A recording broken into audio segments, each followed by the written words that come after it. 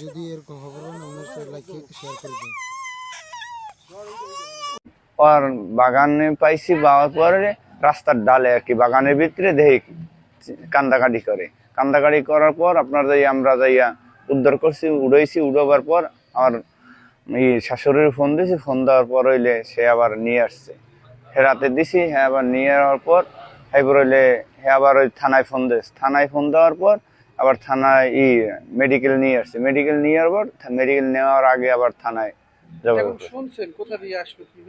শুনছি, শুনছি আর কি খুলনা থেকে আসছে বলে, খুলনা থেকে অপহরণ করে আনছে।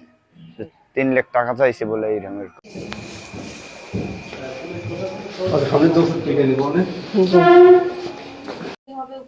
মোহাম্মদ মাহাবুর মোল্লা, আমার ছেলের নাম মোহাম্মদ মিহির মোল্লা।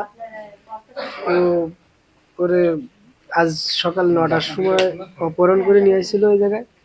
অপহরণ করে নিয়ে আসার পরে এখন এই থানায় এসে আমরা এই জায়গায় থানায় এসে জিডি করছিলাম। জিডি করার পরে আমাদের ডুমুরিয়া থানায় জিডি করার পরে এই জায়গায় এসেছিলাম। এই জায়গায় আসার পরে এক মহিলা আর আমাদের এক কাকা চিনি পাইছে, পায়ে থানায় নিয়ে এসেছিল। আর ওই তার 5 মিনিট আগে আমরা এই জায়গায় এসে স্যারের সঙ্গে কথা বলছিলাম।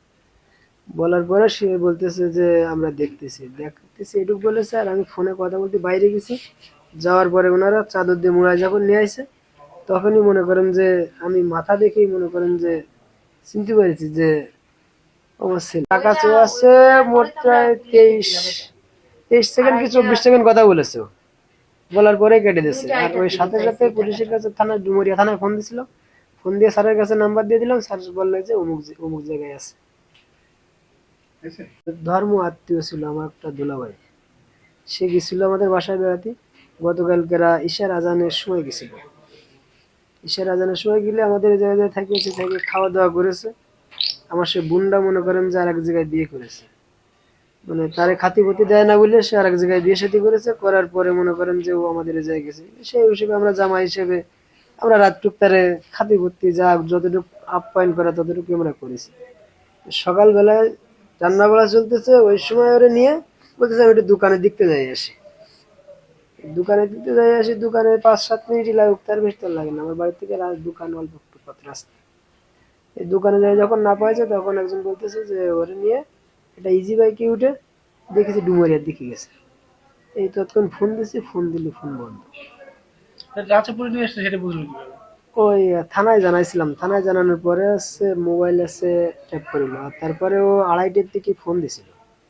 2:30টার দিকে ফোন দিয়ে বলতেছে ময়না আমার এই জায়গাতে 3 লাখ টাকা নিয়ে গেছে, 3 লাখ টাকা সহ ময়নারে পাঠাই দাও, আমি ছেলে দিয়ে দিব। না যদি থানা পুলিশ করো তাহলে ছেলের মারিয়ে ফেলবে।